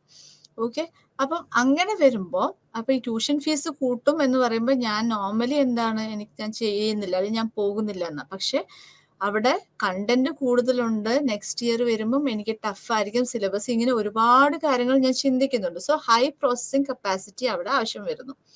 ആ സമയം ഇപ്പൊ ഒരു ഹ്യൂറിസ്റ്റിക് സിസ്റ്റമാറ്റിക് മോഡൽ എന്ന് പറയുമ്പം അവിടെ when the target person is less motivated and has low processing capacity to process the content of the message, and then the peripheral or heuristic route is taken. In such cases, such low elaboration condition, the cues irrelevant to the content or quality of the message are paid greater attention. അങ്ങനെ വരുമ്പോൾ നമുക്കൊരു warm അല്ലെങ്കിൽ ഒരു soothing voice പറഞ്ഞത് കൊണ്ട് ഞാനത് കേട്ടു, അല്ലെങ്കിൽ അങ്ങനെയാണ് എനിക്ക് ചേഞ്ച് വന്നത്. സോ അപ്പൊ അവിടെ നമ്മുടെ ഒരു ഫിസിക്കൽ അട്രാക്റ്റീവ്നെസ് അല്ലെങ്കിൽ നമ്മുടെ വോയിസ് അങ്ങനെ പുറമേ ഉള്ള കാര്യങ്ങൾ വെച്ചിട്ടായിരിക്കും നമുക്കൊരു പെർസ്വേഷന്റെ പോസിബിലിറ്റി പറയുന്നത്. So some individual qualities such as need for cognition, need for closure, need to evaluate and self-monitoring also determine the route of persuasive message. അപ്പം നിങ്ങളെ തന്നെ വിലയിരുത്തും ഈ ഒരു ചേഞ്ച് അല്ലെങ്കിൽ ഈ ഒരു മെസ്സേജിൽ നിന്ന് എന്താണ് വരുന്നത്, അതനുസരിച്ച് നിങ്ങൾ തന്നെ വിലയിരുത്തും, അല്ലെങ്കിൽ നിങ്ങൾക്ക് തന്നെ നിങ്ങളെ തിരിച്ചറിയാം, അല്ലെങ്കിൽ ഇതിനകത്ത് ചിന്തയുടെ ആവശ്യമുണ്ട്, ഇതിനൊരു തീരുമാനം എടുക്കണ്ടേ, ഇങ്ങനെയൊക്കെ പറയുമ്പോൾ ഇതെല്ലാത്തിനെ ആശ്രയിച്ചിട്ടാണ് നമ്മൾ ഏത് റൂട്ടിലൂടെ ഈ മെസ്സേജ് കടന്നു പോകണമെന്ന് ചിന്തിക്കുന്നത്. Then factors affecting persuasion. അതിൽ ഫസ്റ്റ് വരുന്നത് സോഴ്സ് ഓഫ് കമ്മ്യൂണിക്കേഷൻ. 4 പോയിന്റ്സ് ആണ് വരുന്നത്, 4 ഡിഫറെന്റ് കമ്പോണൻസ്. അതിൽ ഫസ്റ്റ് വരുന്നത് source, second is message, third channel and fourth is audience. അപ്പൊ സോഴ്സ് എന്ന് പറയുമ്പോൾ ഈ പറയുന്ന വ്യക്തി അല്ലെങ്കിൽ എവിടെ നിന്നാണ് ഇൻഫർമേഷൻ കിട്ടിയത്. അതിപ്പോ നമുക്ക് തന്നെ അറിയാം, ഇപ്പൊ ന്യൂസ് ചാനലിൽ വരുന്ന ഒരു ന്യൂസും നമ്മളിപ്പോൾ ഒരു ഫേസ്ബുക്കിലോ അല്ലെങ്കിൽ നമ്മളൊരു സോഷ്യൽ മീഡിയയിൽ വരുന്ന ഒരു ന്യൂസും നമ്മൾ വരുമ്പോൾ ഏതാണ് നമ്മൾ കൂടുതലും ട്രസ്റ്റ് വർത്തി ആയിട്ട് വിചാരിക്കുന്നത്, ഏതാണ് നമ്മളൊരു എക്സ്പേർട്ട് ഒപ്പീനിയൻ ആയിട്ട് നമ്മൾ എടുക്കുന്നത്? ഡെഫിനറ്റ്ലി നമുക്ക് ന്യൂസ് ചാനലിൽ വരുന്ന ഇതായിരിക്കും നമ്മൾ എടുക്കുക. അല്ലെങ്കിൽ ഇപ്പോൾ അപ്പോൾ ആ ഒരു ക്രെഡിബിലിറ്റി ഓഫ് ദ കമ്മ്യൂണിക്കേറ്റർ അനുസരിച്ചിട്ട് ഞാൻ പെർസ്വേഡഡ് ആവാനുള്ള പോസിബിലിറ്റി കൂടുതലാണ്. Then attractiveness and high on likability of the communicator. അതുപോലെ കമ്മ്യൂണിക്കേറ്ററിന്റെ ഒരു ഫിസിക്കൽ ബ്യൂട്ടിഫുൾ ആയിട്ടുള്ള ഹീറോയിൻ, നമ്മൾ പറയല്ലോ ഇപ്പോൾ ഒരു ഷാമ്പൂവിന്റെ പരസ്യം, അപ്പൊ അവിടെ ഒരു ബ്യൂട്ടിഫുൾ ആയിട്ടുള്ള ഒരു ഹീറോയിൻ വരുന്നു, അല്ലെങ്കിൽ ഏതെങ്കിലും രീതിയിൽ നമ്മളുമായിട്ട് സിമിലർ ആയിട്ടുള്ള ഒരു വ്യക്തി പറയുന്ന കാര്യങ്ങൾ, അല്ലെങ്കിൽ ഇപ്പൊ ബ്ലാക്ക് സ്റ്റുഡൻസിന്റെ ഒരു സ്റ്റഡിയിൽ മെസ്സേജ് ഫ്രം ബ്ലാക്ക് കമ്മ്യൂണിക്കേറ്ററിന്റെ മോർ എഫക്റ്റീവ് ആയിട്ട് പറയുന്നുണ്ട്, അതായത് പെർസ്വേഷന്റെ പോസിബിലിറ്റി കൂടുതലാണ് than message from a white communicator. അപ്പൊ എന്തെങ്കിലും ഒരു സിമിലാരിറ്റി ഉണ്ടെങ്കിൽ നമുക്ക് അവിടെ പെർസ്വേഷന്റെ പോസിബിലിറ്റി കൂടുതലാണ്. സോ ഇതാണ് സോഴ്സ് ഓഫ് കമ്മ്യൂണിക്കേഷനിൽ പറയുന്നത്. Next is message. മെസ്സേജിൽ വരുന്നത് 3 ഡയമെൻഷൻസ് വരുന്നുണ്ട്. ഒന്ന് fear arousing appeal. For example, ഇപ്പം ഈ ഒരു മെസ്സേജ് നിങ്ങൾ 10 പേർക്ക് അയച്ചു കഴിയുമ്പോൾ നിങ്ങൾക്ക് ഇങ്ങനെ ഒരു ഭാഗ്യം നിങ്ങളെ കാത്തിരിക്കുന്നു, ഇത് അയച്ചില്ലെങ്കിൽ നിങ്ങളെ കാത്ത് ഇങ്ങനെ ഒരു പ്രോബ്ലം വരുന്നു എന്ന് പറയുമ്പോൾ ഇത് ഫിയർ അറൗസിങ് അപ്പീലാണ് വരുന്നത്. അപ്പൊ ഇതിനനുസരിച്ച് ഞാൻ അയക്കണ്ട എന്ന് വിചാരിച്ചാൽ പോലും എൻ്റെ ആറ്റിറ്റ്യൂഡിൽ ചേഞ്ച് വരുന്നത് ഞാൻ അയച്ചു പോകുന്നു. അതുപോലെ ഇപ്പൊ സിഗരറ്റിന്റെ ഒക്കെ ആഡ് വരുമ്പോൾ അവിടെ cigarette smoking is injurious to health എന്ന് പറയുന്ന ഒരു വാർണിംഗ് തന്നിട്ടാണ് നമുക്ക് അങ്ങനെ ചെയ്യുന്നത്. അപ്പം അങ്ങനെ വരുമ്പോൾ നമുക്ക് ആ ഒരു ആറ്റിറ്റ്യൂഡ് ചേഞ്ചിന്റെ പോസിബിലിറ്റി വരുന്നു. ഇതിന്റെ അടുത്തത് ഡോണ്ട് ഡ്രിങ്ക് ആൻഡ് ഡ്രൈവ് എന്ന് പറയുന്ന ലോഗോസ്, ഇങ്ങനെയൊക്കെ ഈ സ്ലോഗൻസ് അല്ലെങ്കിൽ ലോഗോസ് ഒക്കെ വരുമ്പോൾ ഇതൊക്കെ നമ്മളെ എഫക്ട് ചെയ്യുന്നുണ്ട്, നമ്മളുടെ ആറ്റിറ്റ്യൂഡിലും ചേഞ്ചസ് വരുത്തുന്നുണ്ട്. ദെൻ നിങ്ങൾക്ക് ഒരു പ്ലെയിൻലി ഒരു പോസിറ്റീവ് എലമെന്റ്സ് മാത്രം പറഞ്ഞിരുന്ന ഒരു വ്യക്തിയും ഇതിന് പോസിറ്റീവ് എലമെന്റും നെഗറ്റീവ് എലമെന്റും 2 സൈഡും പറഞ്ഞിരുന്ന ഒരു വ്യക്തിയും ഉണ്ടെങ്കിൽ നമ്മൾ എപ്പോഴും ഈ 2 സൈഡും പറഞ്ഞു തരുന്ന ആളുകളെ ആയിരിക്കും കൂടുതൽ പ്രിഫർ ചെയ്യുക. അവർ പറയുന്ന കമ്മ്യൂണിക്കേഷൻ ആയിരിക്കും നമ്മൾ കൂടുതലായിട്ടും വില വെക്കുക. ഓക്കെ, ദെൻ അടുത്തത് ഗുഡ് ഫീലിങ്സ്. നമ്മളൊരു പോസിറ്റീവ് മൂഡിലിരിക്കുമ്പോൾ എപ്പോഴും നമ്മളൊരു പെരിഫറൽ റൂട്ടിൽ പോകാനായിട്ടായിരിക്കും ചാൻസസ് വരിക. അപ്പോൾ അവിടെ കണ്ടന്റ് ഇഗ്നോർ ചെയ്തിട്ട് കൂടുതൽ ഒരു ഇമ്പൾസീവ് ആക്ഷൻ ആയിരിക്കും നമ്മളുടെ ബിഹേവിയറിൽ വരിക. സോ അതാണ് മെസ്സേജിൽ വരുന്നത്. Next is channel. ചാനലിൽ പറയുന്നത് നമ്മൾ ഏതൊരു ചാനലാണ്, അപ്പൊ നമ്മളിപ്പോൾ ഞാൻ നേരത്തെ പറഞ്ഞ ഇപ്പോൾ റേഡിയോയിൽ അല്ലെങ്കിൽ ടെലിവിഷനിൽ ന്യൂസ് പേപ്പറിലൊക്കെ വരുന്ന ഇൻഫർമേഷൻസ് നമ്മൾ കൂടുതൽ ശ്രദ്ധിക്കുന്നു. അപ്പം ഏത് ചാനൽ വഴിയാണ് ഇൻഫർമേഷൻ വന്നത് എന്ന് നമ്മൾ നോക്കും, എന്താണ് ആ ഇൻഫർമേഷൻ എന്ന് നമ്മൾ നോക്കും, ആരാണ് ഇൻഫർമേഷൻ തന്നത് എന്ന് നമ്മൾ നോക്കും. ഇതിനെല്ലാം ബേസ് ചെയ്തിട്ടാണ് നമ്മൾ പെർസ്വേഷൻ പോസിബിൾ ആവണോ വേണ്ടയോ എന്നുള്ളത് ചിന്തിക്കുന്നത്.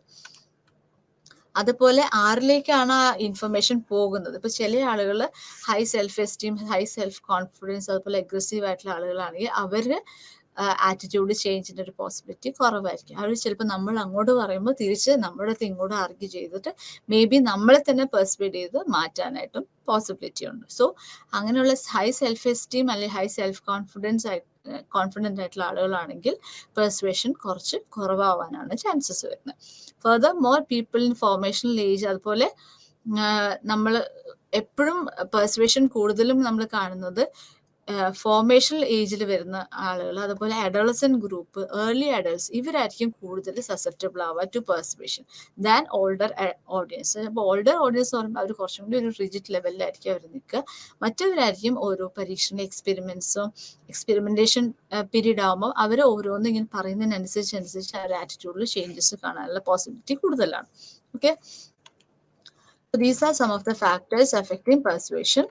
സോ ഫസ്റ്റ് വരുന്നത് സോഴ്സ് ഓഫ് കമ്മ്യൂണിക്കേഷൻ, അതിൽ credibility, attractiveness and high on likeability of the communicator. Then അടുത്തത് മെസ്സേജിൽ fear arousing appeal, two sided messages and good feelings.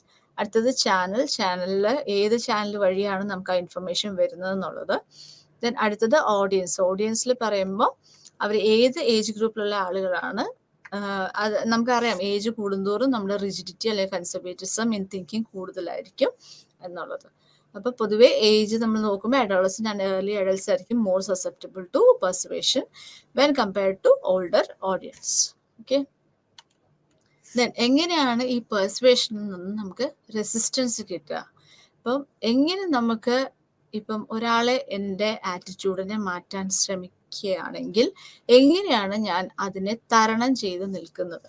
ഇപ്പം and there are number of factors that determine the extent to which an audience can resist an effort of persuasion. അപ്പോൾ ഇതിൽ first വരുന്നത് എൻ്റെ ഒരു personal freedom ആണത് എന്ന് ഞാൻ ചിന്തിക്കുമ്പോൾ അതിൽ നിന്ന് തന്നെ എൻ്റെ ഒരു ചോയ്സ് ആണ്. ഇപ്പം അമ്മ പറയുന്നു ഈ ഷൂ ഇടാൻ, പക്ഷെ എൻ്റെ ചോയ്സ് ഇതാണ്. അപ്പൊ അമ്മ പറഞ്ഞതിനനുസരിച്ചിട്ട് ഞാൻ മാറ്റില്ല. ഇത് എൻ്റെ ഒരു ഫ്രീഡം ആണ് അമ്മ, ഇത് അമ്മ ഇതിനകത്ത് ഇടപെടണ്ട, ഇത് എൻ്റെ ഫ്രീഡം ആണെന്ന് പറയുമ്പോൾ അമ്മ ഇതിനകത്ത് ഇടപെടാതിരിക്കുന്നത്. അപ്പൊ സോ അതൊരു സ്ട്രോങ് ആറ്റിറ്റ്യൂഡാണ് അവിടെ കാണിക്കുന്നത്. സോ അതിനെയാണ് നമ്മൾ പറയുന്നത് റിയാക്ടൻസ് എന്ന് പറയുന്നത്. The next is forewarning. എനിക്ക് there are number of situations where before being, അതായത് ഇങ്ങനെ ഒരു മെസ്സേജ് വരും കേട്ടോ, അപ്പൊ ശ്രദ്ധിച്ചോളേ, ഒന്നുകൂടെ ഒന്ന് ആലോചിച്ചിട്ട് തീരുമാനിച്ചോളേ എന്നൊക്കെ പറയുമ്പോൾ അപ്പൊ ഒരു ഫോർ വാർണിംഗ് അവിടെ വരുന്നു. ഈ ഫോർ വാർണിംഗ് കിട്ടിക്കഴിയുമ്പോൾ നമുക്ക് അവിടെ ഒരു ലെസ് സസെപ്റ്റബിൾ ആയിട്ട് നമ്മൾ വരുന്നു. ഇപ്പൊ ഫോർ എക്സാമ്പിൾ ഇപ്പൊ നാപ്റ്റോളിലൊക്കെ ആഡുകളൊക്കെ കാണുമ്പോൾ നമുക്കറിയാം ഈ ആഡില് ഇന്ന രീതിയിലായിരിക്കും അവർ പറയുക എന്ന് നമുക്ക് ഓൾറെഡി നമുക്കറിയാം. അതുപോലെ ഇപ്പം സെയിൽസ്മെൻ വരുമ്പം അല്ലെങ്കിൽ ഇപ്പം വീടുകളിൽ സെയിൽസിൽ വരുമ്പോൾ അവര് ഏത് രീതിയിലായിരിക്കും പറയുക, അപ്പൊ ഞാൻ ഓൾറെഡി പ്രിപ്പയർ ചെയ്ത് വെക്കുന്നതിനാണ് നമ്മൾ ഫോർ വാർണിംഗ് എന്ന് പറയുന്നത്. Next selective exposure. എന്തിനോട് ഞാൻ ചലഞ്ച് ചെയ്യണം, എന്തിനോട് ഞാൻ അവോയ്ഡ് ചെയ്യണം, ഇതിനൊക്കെ കുറിച്ചിട്ട് നമ്മൾക്ക് തന്നെ ഒരു ധാരണയുണ്ട്. അപ്പൊ നിലവിൽ എൻ്റെ ഒരു ആറ്റിറ്റ്യൂഡിനോട് ചേർന്ന് നിൽക്കുന്ന ഇൻഫർമേഷൻ മാത്രമേ ഞാൻ അറ്റൻഡ് ചെയ്യുള്ളൂ, അല്ലാത്ത ഇൻഫർമേഷൻസ് ഞാൻ കംപ്ലീറ്റ്ലി അവോയ്ഡ് ചെയ്യും. So that is selective exposure എന്ന് പറയുന്നത്. ഫോർ എക്സാമ്പിൾ ഇപ്പൊ ഞാൻ ഈ ഒരു പാർട്ടിയിലാണ് വിശ്വസിക്കുന്നത്, അപ്പൊ ഈ പാർട്ടിയിൽ പറയുന്ന കാര്യങ്ങൾ മാത്രമാണ് ഞാൻ ശ്രദ്ധിക്കുള്ളൂ. വേറൊരു പാർട്ടി എന്തെല്ലാം തലകുത്തി അവിടെ നിന്ന് പറഞ്ഞിട്ടുണ്ടെങ്കിലും ഞാൻ അത് അവോയ്ഡ് ചെയ്യാനായിട്ട് ശ്രമിക്കും. Okay, so that is selective exposure എന്ന് പറയുന്നത്. Then next is counter arguments. ഇപ്പൊ ഒരാള് നമ്മളുടെ അടുത്ത് പെർസ്വേസീവ് മെസ്സേജ് വരുമ്പോൾ നമ്മൾ നേരെ ആർഗ്യൂ ചെയ്ത് നമ്മളുടെ ഒരു ഒപ്പീനിയനിൽ തന്നെ ഹോൾഡ് ചെയ്ത് നിൽക്കുന്നതിനാണ് കൗണ്ടർ ആർഗ്യുമെന്റ്സ് എന്ന് പറയുന്നത്. ഓക്കെ, സോ ഇത്രയാണ് നമ്മുടെ യൂണിറ്റ് 4 വരുന്നത്. ഞാൻ ഒന്നുകൂടെ റിവൈസ് ചെയ്യാം. സോ എന്താണ് ആറ്റിറ്റ്യൂഡ്, അതിൻ്റെ ഒരു ഡെഫിനിഷൻ നമ്മൾ മനസ്സിലാക്കി.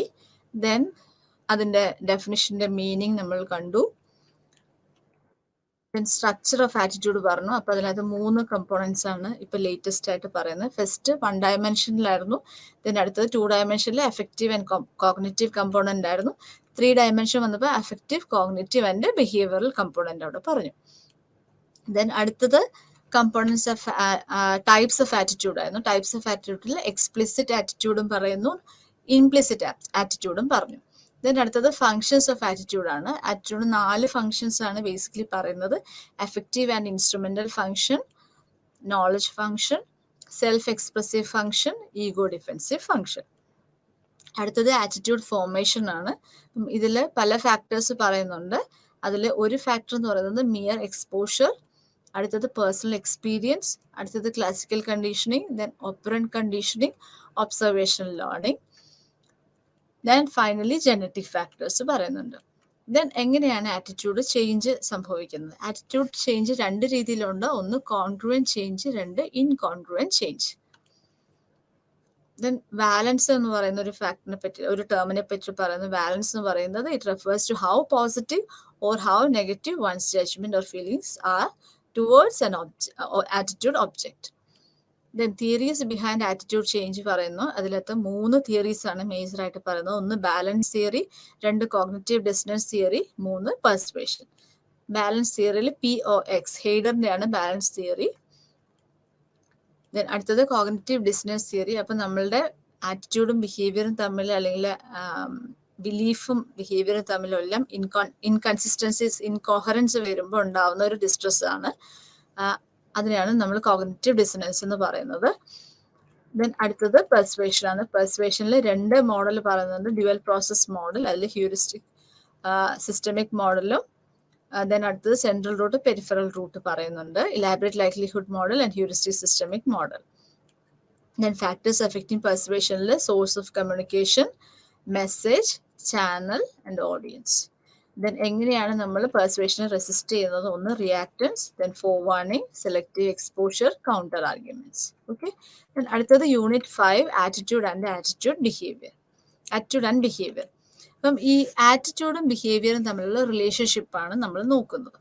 അപ്പം ഇതിൽ ലാപ്പിയറുടെ ഒരു സ്റ്റഡി പറയുന്നുണ്ട്. അപ്പം ഇതിൽ ഒരു കപ്പിളാണ്, ഒരു ചൈനീസ് കപ്പിളാണ്. ഇവർ ഒരു യൂറോപ്യൻ കൺട്രിയിലേക്ക് ചെന്നു. അപ്പം അവർക്ക് പൊതുവേ ഈ ഒരു ചൈനീസിനോട് അവർക്ക് ഒരു എതിർപ്പാണ്.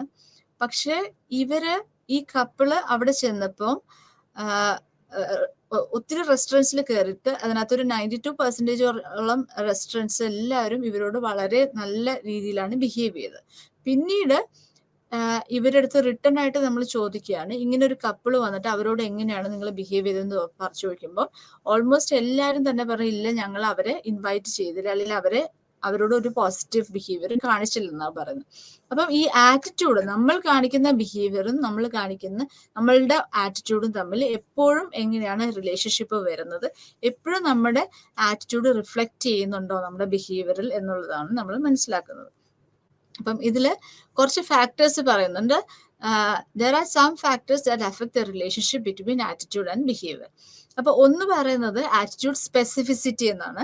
അപ്പൊ ആറ്റിറ്റ്യൂഡ് സ്പെസിഫിസിറ്റിയിൽ പറയുന്നത് ഒരു സ്പെസിഫിക് ആയിട്ട് ബിഹേവിയർ ഞാൻ കാണിക്കുന്നുണ്ടോ, ഒരു പെർട്ടിക്കുലർ ആറ്റിറ്റ്യൂഡിനോട് സ്പെസിഫിക് ആയിട്ട് ഞാനൊരു ബിഹേവിയർ അവിടെ കാണിക്കുന്നുണ്ടോ എന്നുള്ളതാണ് ഒരു കാര്യം പറയുന്നത്. So in many cases our general attitudes fail to predict our specific behaviour despite of being prejudiced and having a negative attitude towards a particular community in general. One may have friendship with one or more specific members of that community. Okay, so attending mass on every Sunday than how they feel about religion. അപ്പം എനിക്ക് റിലീജിയനെ പറ്റിയിട്ട് എനിക്ക് അങ്ങനെ വലിയ positive അഭിപ്രായം ഉണ്ടെന്ന് ഞാൻ പറയില്ല. പക്ഷെ എല്ലാ സൺഡേയും ഞാൻ മാസിന് പോകും. അപ്പൊ എല്ലാ സൺഡേയും മാസിന് പോകുമ്പോൾ എല്ലാവരും വിചാരിക്കും എനിക്ക് ആ ഒരു കമ്മ്യൂണിറ്റിയോട് വളരെ അധികം ഒരു പോസിറ്റീവ് ആയിട്ടുള്ള ഒരു ആറ്റിറ്റ്യൂഡ് ഉണ്ടെന്ന് വിചാരിക്കും. പക്ഷെ അങ്ങനെ ആവണം എന്നില്ല. ഓക്കെ, അതാണ് പറയുന്നത്. In many cases our general attitude fail to predict our specific behaviours. Then അടുത്തത് attitude accessibility. The attitude which is more easily accessible, more strongly influence a person's behavior. അപ്പം ഒരു സിഗരറ്റ് സ്മോക്കറിനെ സംബന്ധിച്ചിടത്തോളം അവർ സ്മോക്കിങ്ങിന് വേണ്ടിയിട്ടുള്ള റീസൺസ് കണ്ടുപിടിക്കാനായിട്ട് നോക്കും. അപ്പം ഏറ്റവും ആക്സസിബിൾ ആയിട്ടുള്ള എന്തൊക്കെ റീസൺസ് ഉണ്ടോ അതെല്ലാം അവർ കണ്ടുപിടിക്കും. അങ്ങനെ അവർ സ്മോക്കിംഗ് ബിഹേവിയർ കണ്ടിന്യൂ ചെയ്യുന്നുള്ളതാണ് ആറ്റിറ്റ്യൂഡ് ആക്സസിബിലിറ്റിയിൽ പറയുന്നത്. ദെൻ അടുത്തത് സെൽഫ് അവെയർനെസ്. സെൽഫ് അവെയർനെസ് എന്ന് പറയുമ്പോൾ ഇപ്പം നമുക്ക് രണ്ട് രീതിയിലാണ് സെൽഫ് അവെയർനെസ് വരുന്നത്. ഒന്ന് പ്രൈവറ്റ് സെൽഫ് അവെയർനെസ്സും, രണ്ട് പബ്ലിക് സെൽഫ് അവെയർനെസ്. ഇപ്പം പ്രൈവറ്റ് സെൽഫ് അവെയർനെസ് ഉള്ള ആളാണെങ്കിൽ അവിടെ ഇപ്പം ഞാൻ സ്വച്ഛ് ഭാരതിനെ കുറിച്ചിട്ട് എനിക്കൊരു പ്രൈവറ്റ് സെൽഫ് അവെയർനെസ് ഉള്ള ആളാണ്, ഞാൻ ഏതൊരു സിറ്റുവേഷനിലും ഞാൻ ലിറ്റർ ചെയ്യാതിരിക്കാൻ ഞാൻ നോക്കും.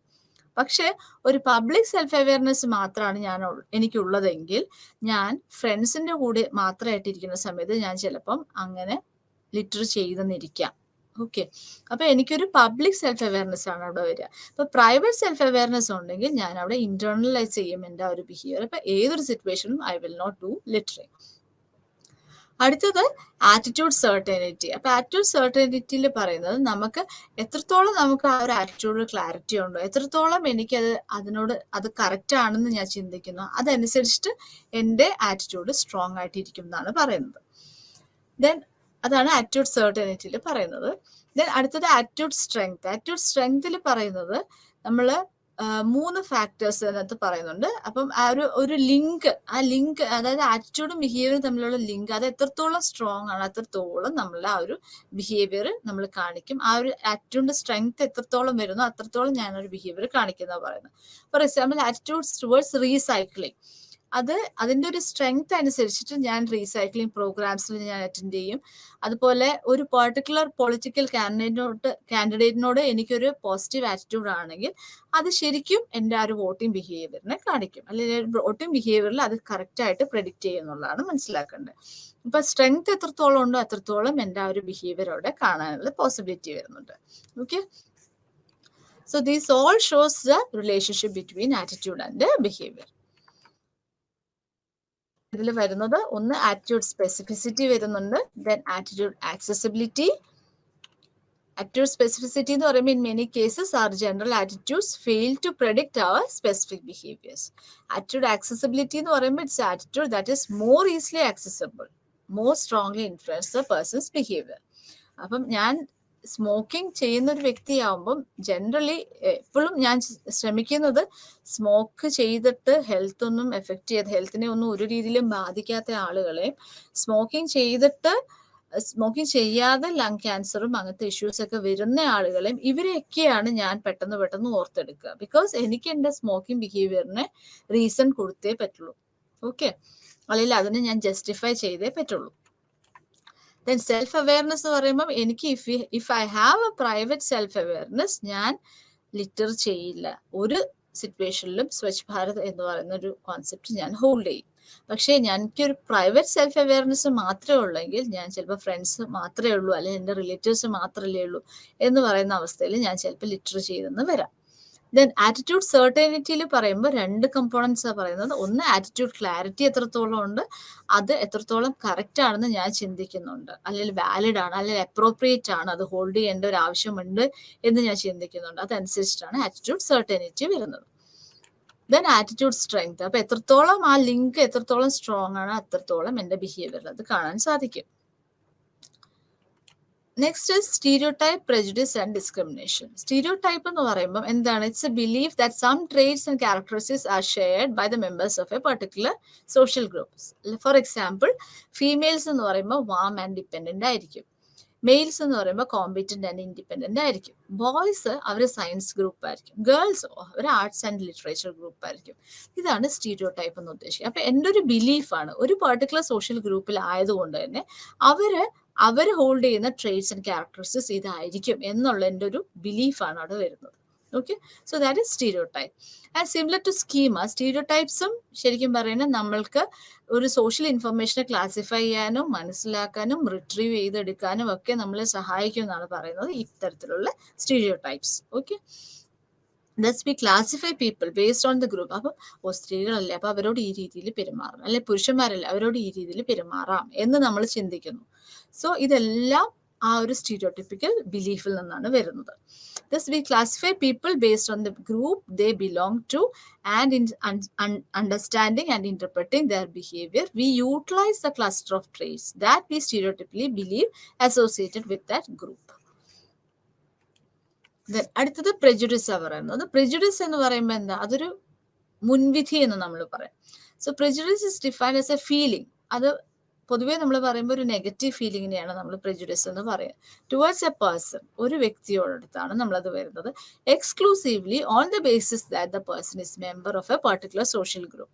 അപ്പം അതൊരു റേഷ്യൽ prejudice ആവാം, കാസ്റ്റ് prejudice ആവാം, റിലീജിയൻ വൈസ് prejudice ആവാം, അങ്ങനെ പല രീതിയിൽ നമുക്ക് ജെൻഡർ prejudice ആവാം, അങ്ങനെ പല രീതിയിലും നമുക്ക് prejudice ആവാം. അപ്പൊ prejudice എന്ന് പറയുമ്പോൾ എപ്പോഴും ഒരു നെഗറ്റീവ് ഫീലിംഗ് ആണ് അവിടെ വരാൻ ചാൻസസ് പറയുന്നത്.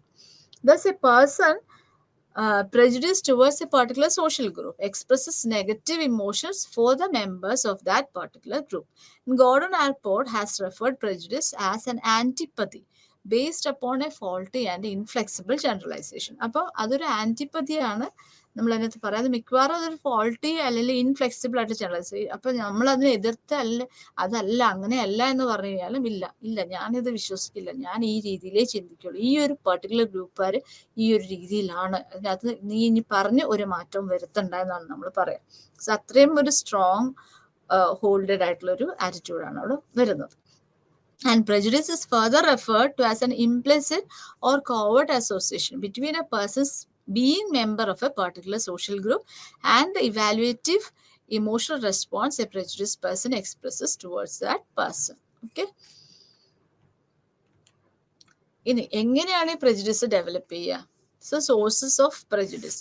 ഒന്ന്, ഒരു ത്രെറ്റ് വരുമ്പോൾ, സെൽഫ് എസ്റ്റീമിനോട് ഒരു ത്രെറ്റ് വരുന്ന സമയത്ത് ഞാൻ ആ ഒരു പെർട്ടിക്കുലർ ഗ്രൂപ്പിനോട് സ്ട്രോങ് ആയിട്ടൊരു കൗണ്ടർ അറ്റാക്ക് എന്നുള്ള രീതിയിലാണ് ആ ഒരു prejudice ഞാൻ ഡെവലപ്പ് ചെയ്തത്. So people tend to evaluate their own group in a way. അപ്പൊ എൻ്റെ ഗ്രൂപ്പ് നല്ല ഗ്രൂപ്പാണ്, അപ്പൊ എൻ്റെ ഗ്രൂപ്പിൽ ഒരു ത്രെറ്റ് വരുന്ന ഒരു സിറ്റുവേഷൻ വരുമ്പോൾ അവരെ കൗണ്ടർ അറ്റാക്ക് ചെയ്യാൻ വേണ്ടിയിട്ടാണ് ഞാനൊരു നെഗറ്റീവ് ബിലീഫ് ഡെവലപ്പ് ചെയ്യുന്നത്, അല്ലെങ്കിൽ നെഗറ്റീവ് ഫീലിംഗ് ഞാൻ ഡെവലപ്പ് ചെയ്യുന്നത്. So that's a threat to self esteem. അടുത്തത് കോമ്പറ്റീഷൻ ഓഫ് റിസോഴ്സസ്. ജോലി കുറവാണ്. അപ്പം അങ്ങനെ വരുമ്പം പുറത്തുനിന്ന്, അതായത് ഇപ്പൊ മലയാളി ആളുകൾക്ക് ഡെയിലി പേജസിലുള്ള വർക്കുകൾ കുറവാണ്. അപ്പൊ എന്താണ് കുറവ് വന്ന സമയം എന്ന് പറയുന്ന, ആദ്യം ഇവർക്ക് എത്ര വേണമെങ്കിലും റിലാക്സ് ചെയ്ത് പണിയായിരുന്നു. പക്ഷെ ഇപ്പൊ വേറെ അന്യ ആൾക്കാർ വന്ന സമയത്ത്, അല്ലെങ്കിൽ ഇപ്പം ബംഗാളീസ് അല്ലെങ്കിൽ നോൺ മലയാളീസ് വന്ന് ഇവിടെ ഒരു ഇൻവേഡ് ചെയ്യുന്ന ലെവലിലേക്ക് വന്നപ്പോൾ ഇവർക്ക് ജോലി ഇല്ലാതിരിക്കുന്ന ഒരു അവസ്ഥ വന്നു കഴിഞ്ഞപ്പോൾ ഒരു കോമ്പറ്റീഷൻ ഓഫ് റിസോഴ്സസ് വന്നപ്പം അങ്ങനെയാണ് അവർക്ക് ഇവരോട് ഒരു നെഗറ്റീവ് ആറ്റിറ്റ്യൂഡ് ഡെവലപ്പ് ചെയ്തത്. Okay, so competition of resources. Then social categorisation and prejudice. അപ്പൊ ഇത് ഇൻ ഗ്രൂപ്പ് ഔട്ട് ഗ്രൂപ്പ് എന്ന് രണ്ട് കാറ്റഗറി വെച്ചു. അപ്പൊ ഇൻ ഗ്രൂപ്പ് എന്ന് പറയുന്നത് എൻ്റെ സ്വന്തം ഗ്രൂപ്പ്, അവര് നല്ലതാണ്. മറ്റത് ഔട്ട് ഗ്രൂപ്പ് ആണ്, അവര് മോശമാണ്. ഇങ്ങനെ ഒരു സോഷ്യൽ കാറ്റഗറൈസേഷൻ വരുന്നു. അതനുസരിച്ചിട്ട് ഞാൻ പ്രിജുഡിസ്ഡ് ആവുന്നതാണ് അടുത്ത സോഴ്സ് എന്ന് പറയുന്നത്. സോ 3 സോഴ്സസ് ആ പറയുന്നത്. ഒന്ന്, threat to self esteem. 2, competition of resources. Then അടുത്തത് സോഷ്യൽ കാറ്റഗറൈസേഷൻ ആൻഡ് prejudice. ഇനി അടുത്തത് ഡിസ്ക്രിമിനേഷൻ. അപ്പൊ ഡിസ്ക്രിമിനേഷൻ എന്ന് പറയുമ്പോൾ അവിടെ ഒരു ബിഹേവിയറൽ കമ്പോണന്റ് വരുന്നുണ്ട്. അപ്പൊ prejudice എന്ന് പറയുമ്പോൾ നമുക്ക് അവിടെ ഒരു നെഗറ്റീവ് ഫീലിംഗ് ആണ് അവിടെ പറയുന്നതെങ്കിൽ, ഡിസ്ക്രിമിനേഷൻ എന്ന് പറയുമ്പോൾ ഞാൻ അത് എൻ്റെ പെരുമാറ്റത്തിൽ കാണിക്കുന്നു എന്ന് പറയുന്ന ഒരു അവസ്ഥയാണ് വരുന്നത്. സോ അപ്പൊ എൻ്റെ ബിഹേവിയറിൽ അത് കാണാൻ സാധിക്കും. When prejudice is expressed in overt behavior, it is termed as discrimination. Okay. And similar to attitude, prejudice are also not always overtly expressed in behavior. പക്ഷെ ഡിസ്ക്രിമിനേഷൻ നമുക്ക് കറക്റ്റ് ആയിട്ട് മനസ്സിലാവും. ഇപ്പൊ ഡിസ്ക്രിമിനേഷൻ എന്ന് പറയുമ്പോൾ അപ്പൊ ഇവിടെ എനിക്ക് ഹെൽപ്പ് ചെയ്യാനായിട്ട് തോന്നുന്നില്ല, അതുപോലെ എന്തെങ്കിലും ഒരു കാര്യം ഓഫർ ചെയ്തിട്ട് പിന്നെ അത് ഞാൻ ചിലപ്പോൾ മാറ്റി എടുക്കാനുള്ള ഒരു ചാൻസസ്, അതാണ് ടോക്കണിസം എന്ന് പറയുന്നത്. ദെൻ റിവേഴ്സ് ഡിസ്ക്രിമിനേഷൻ, ഞാൻ എന്തെങ്കിലും ഒരു ഹെൽപ്പ് ചെയ്തു പക്ഷെ അതിൽ നിന്ന് ഞാൻ പിന്നീട് എന്തെങ്കിലും ഒരു ബെനിഫിറ്റ് ഉദ്ദേശിക്കുന്നുണ്ട്. So that is reverse discrimination. ഇപ്പൊ ഡിസ്ക്രിമിനേഷനിൽ 3 ഫോംസ് ആണ് കാണുന്നത്. ഒന്ന്, റിലക്റ്റൻസ് ടു ഹെൽപ്പ്, അവരെ ഞാൻ ഹെൽപ്പ് ചെയ്യില്ല എന്നുള്ളതാണ് first thing. Then tokenism and reverse discrimination. ഇനി എങ്ങനെയാണ് ഈ സ്റ്റീരിയോ ടൈപ്പ് അല്ലെങ്കിൽ പ്രെജുഡിസ് അല്ലെങ്കിൽ ഡിസ്ക്രിമിനേഷൻ നമുക്ക് റെഡ്യൂസ് ചെയ്യാൻ സാധിക്കുക എന്നുള്ളത്? ഒന്ന്, നമ്മൾ കുട്ടികളെ ആണെങ്കിലും ഇത്തരത്തിലുള്ള നെഗറ്റീവ് ആറ്റിറ്റ്യൂഡ്സ് എക്സ്പ്രസ് ചെയ്യുന്ന അതൊരു ഇല്ലോജിക്കലാണെന്ന് അവരെ പറഞ്ഞ് ബോധ്യപ്പെടുത്തുക എന്നുള്ളതാണ്. And encourage them to develop and hold logically and socially healthy attitudes എന്നുള്ളതാണ് first thing. Next, inter group contact maximum കൂട്ടുക എന്നുള്ളതാണ്. അടുത്തത് recategorisation, in group out group എന്ന് പറയുന്ന ഒരു കാറ്റഗറൈസേഷൻ അവിടെ കുറയ്ക്കുക എന്നുള്ളതാണ്. പ്രിജുഡിസ് വരുമ്പം അത് ഒരു ഗിൽറ്റ് അവിടെ ഫോം ചെയ്യിച്ച് പഠിപ്പിക്കുക എന്നുള്ളതാണ്. Then lastly learning to negate stereotypes. അപ്പൊ സ്റ്റീരിയോ ടൈപ്സ് വരുമ്പം അതിനെ സ്ലോലി അതിനെ കുറച്ച് തന്നെ കൊണ്ടുവരിക എന്നുള്ളതാണ് ലാസ്റ്റ് പറയുന്ന method. Okay, so reducing stereo type, prejudice and discrimination. അപ്പൊ അതിൽ പറയുന്നത് ഒന്ന്, social learning approaches, then increased Inter group contact, then അടുത്തത് റീകാറ്റഗറൈസേഷൻ, ദെൻ ഫീലിംഗ് ഓഫ് ഗിൽറ്റ്. ഇത്തരത്തിലുള്ള ഒരു പ്രെജുഡിസ് വരുമ്പോൾ ഒരു ഗിൽറ്റ് അവരെ കൊണ്ട് ഫീൽ ചെയ്യിപ്പിക്കുക എന്നുള്ളത്. And learning to negate stereotypes. Okay, so these are some of the factors that can be used, methods that can be used to reduce stereotype thinking, prejudice and discrimination. Okay, അപ്പോൾ ഇന്നത്തോടുകൂടി ഈ ഒരു class അവസാനിപ്പിച്ചു. എല്ലാവർക്കും നന്ദി, നമസ്കാരം.